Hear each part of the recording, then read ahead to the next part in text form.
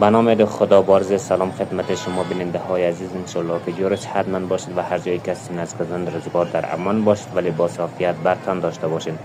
چند روزی مانده به عید سعید فیتر، پیشاپیش عید سعید فیتر و همچنان سال نو را برای شما خوبان تبریک گفته. قسمی که شما میبینید در تصاویر اینجا ساحه کوته سنگی کابل هست، جایی که زیاد مردم بیروبار دارند.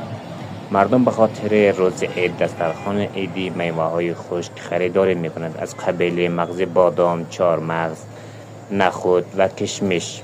سلام برادر، خوب هستی؟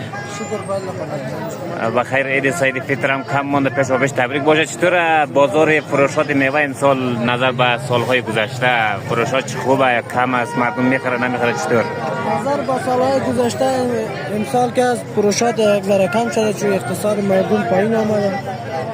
از نظر مالی وضعیت مالی مردم ضعیف هستند. مثلا دلار هم رفته بالا، وضعیت کشور هم خراب است، کاربار هم نیست. دلیلش همین بیکاری و فقری است. بیکاری است، فقر است. هر سال خوب بود نه؟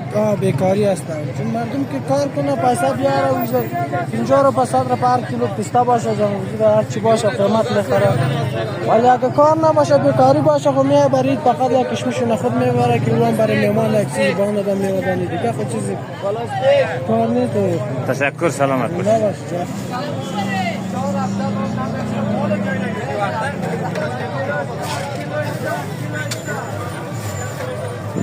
سلام لالا، خوبی؟